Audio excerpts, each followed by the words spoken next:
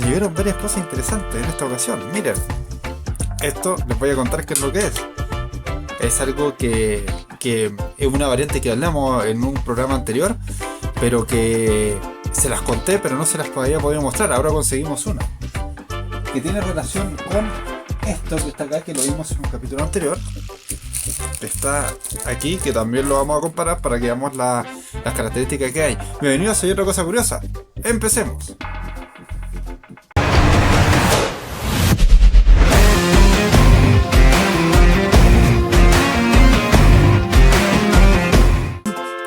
Como les contaba, nos llegaron estos tres elementos que están acá. Este ya lo teníamos desde antes, lo habíamos visto en un programa anterior, pero tiene relación con este. Esta es una variante más moderna, aunque no se podría decir que moderna. Yo creo que regresaron al pasado con respecto a este. Esto es una bayoneta. No sé si se acuerdan del programa de bayonetas que nos llegaron, de cuchillos y bayonetas. Esta es una bayoneta de un AKM. Aunque aparece ahí AK-47, es un AKM. Y nos llegaron estos dos sobres que vemos acá, que tienen unos signos orientales. Y acá vemos que tienen un shuriken, ¿ya? O una estrella arrojadiza, ese tipo de cosas, lo que ocupaban los ninjas. ¿Se acuerdan de las películas? Estas armas que se tiraban y para poder neutralizar a objetivos a distancia de estos ninjas, que son asesinos silenciosos. Aunque con el pasar de los años se ha visto que no eran tan silenciosos. Aunque sí existían, no eran así como aparecen las películas, que son estilo comando y que logran su objetivo en silencio, desaparecen y nadie sabe qué pasó. Generalmente no eran así. Generalmente eran asesinos que, como cualquier otro asesino, llegaban, mataban y chao.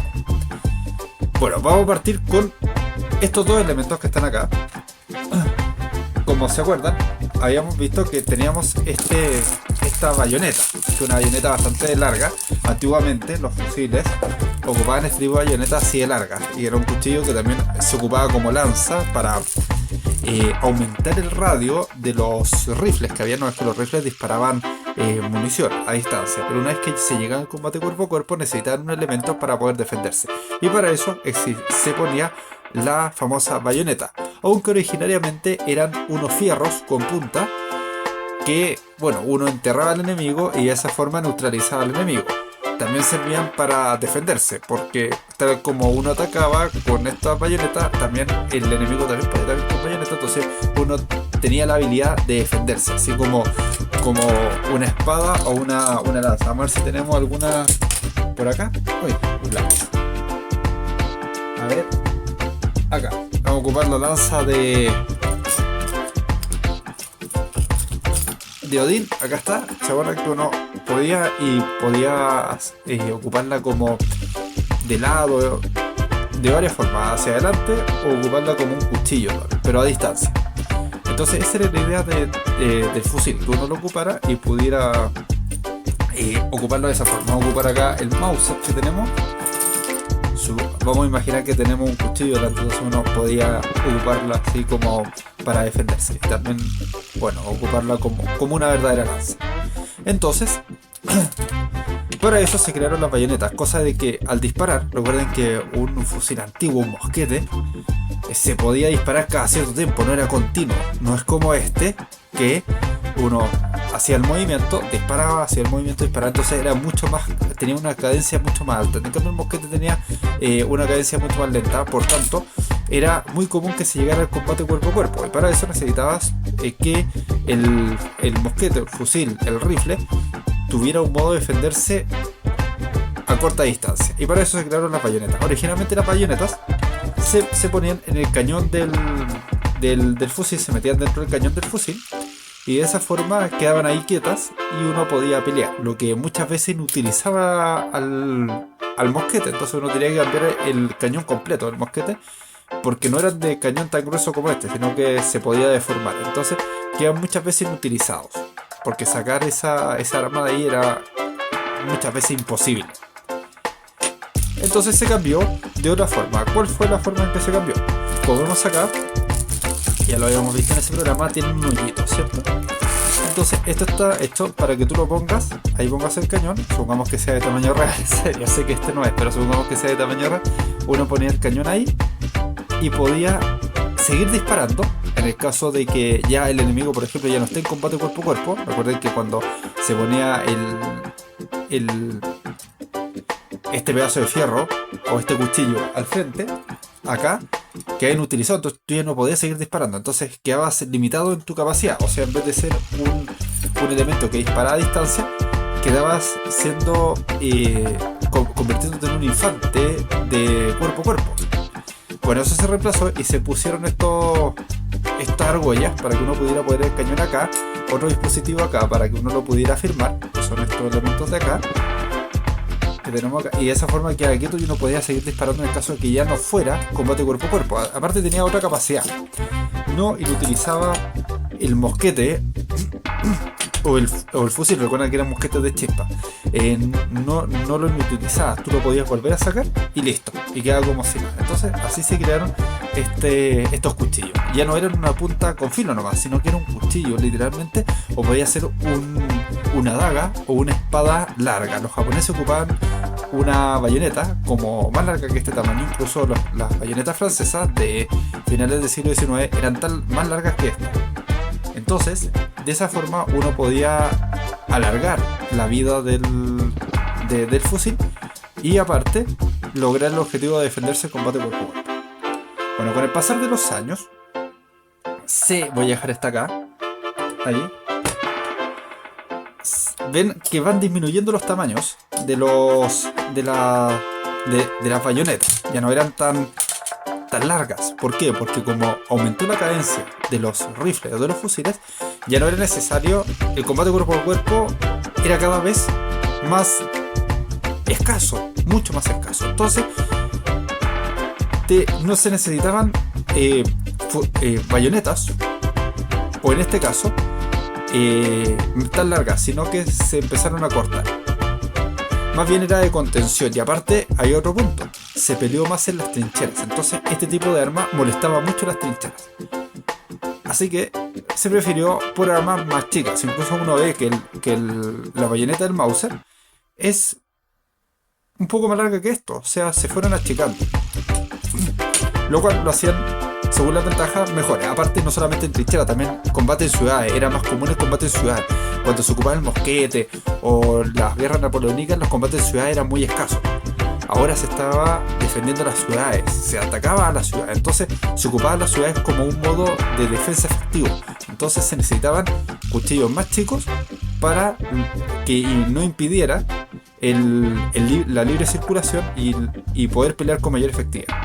Con el pasar de los años, ya en el siglo XX, se decidió simplificar el tema. Antes se ocupaba un cuchillo como vemos ahí, ¿cierto? Bueno, se empezaron a ocupar estos. ¿Qué es lo que es esto? Esto simulaba a los primeros mosquetes que existían, que era una punta de fierro, ¿cierto? Y esto es literalmente una punta de fierro, ya con filo en la parte de adelante para enterrar. ¿Por qué se cambió de la bayoneta, un cuchillo, a esto que se llama yatagán? Esto es un yatagán de un fusil israelita Galil, tengo entendido. ¿Por qué se ocupó esto? Porque esta arma estaba hecha para matar, en cambio esta arma estaba hecha para herir. ¿Y por qué una punta de fierro significará usted? Porque se busca el máximo dolor al enemigo, o sea que quede inutilizado y aparte desmoralice al enemigo. Para que desmoralice necesita agility. Entonces se creó este tipo de cuchillo, que es una punta de fierro, como les contaba. Así eran originariamente los cuchillos de los mosquetes de chispa, y de esa forma se logró esto. Ahora, estos ya están quedando obsoletos. Se ha vuelto a este tipo de arma, que es mucho más disuasoria, porque como les contaba, el combate cuerpo a cuerpo ya casi no existe. Ustedes pueden ver los videos de los combates en Ucrania, de Rusia y Ucrania, la invasión de Rusia a Ucrania, y ustedes ven que ya... ¿Quién ha visto una bayoneta? Nadie. O sea, ya no se ocupan. Entonces se empezó a reemplazar nuevamente este por este. O sea, se volvió a este. Y de esa forma ya tenemos el complemento. Ahora, el yatagán puede regresar en cualquier momento. Si esto no es una ley absoluta que si regresa uno se elimina el otro, no. Incluso se sigue ocupando el Yatagan porque muchos de los fusiles, por ejemplo, el SIG, el SG SIG, ocupa Yatagan, como el 540, ocupa el famoso Yatagan. Y aparte, tiene otro factor: esto es mucho más barato que este, así que se podría fabricar mucho más en masa que este. Y aparte, tiene una boquilla, por tanto era más seguro. Este, si bien es más endeble, sí, este ocupa toda la trompetilla, el cañón se mete ahí, por tanto es más difícil de que se rompa, tiene una mayor duración. Y como les contaba, es más barato, o sea, un pedazo de fierro. O sea, si esto se rompe, tú sueldas un nuevo pedazo de fierro y queda listo. O sea, no tiene más ciencia que eso. Por tanto, esa fue la evolución. Aparte, ¿por qué los israelitas ocupaban esto? Porque los israelitas, como están constantemente en conflicto, hablemoslo así, necesitaban cosas baratas, entonces, y de buena calidad. En este caso es un fierro de muy buena calidad y barato, muy barato. Ahora volvamos a esto. Esto que nos llegaron, como vemos por acá, son dos elementos. Vamos a abrir acá este. Cuidado que acá ya vemos una punta, ojo. Este es un shuriken, Kayo ninja. Como podemos ver acá, es un shuriken que tiene 6 puntas y vemos que está hecho para lanzar. Creo que se tomaba así y uno lo lanza, si es que no me equivoco. Este shuriken, lógicamente, aunque en las películas aparezca que es efectivo, no era tan efectivo. O sea, era muy difícil de ocupar y había que tener un entrenamiento muy bueno para ocuparlo. Aquí tenemos otra estrella más, que como vemos, el mismo dibujo que está ahí en la funda. Vamos a ver si lo podemos sacar. A ver, parece que no quiere salir. Ahí está. No quiere. Ahí está. Salió, que es la misma idea de esto. Es también un shuriken, pero con otra forma y otro. Se ve más endeble porque tiene más espacio, entonces romperse puede ser más fácil. Incluso ya veo que se vuelve un poquito, aunque es puro fierro, como podemos ver acá.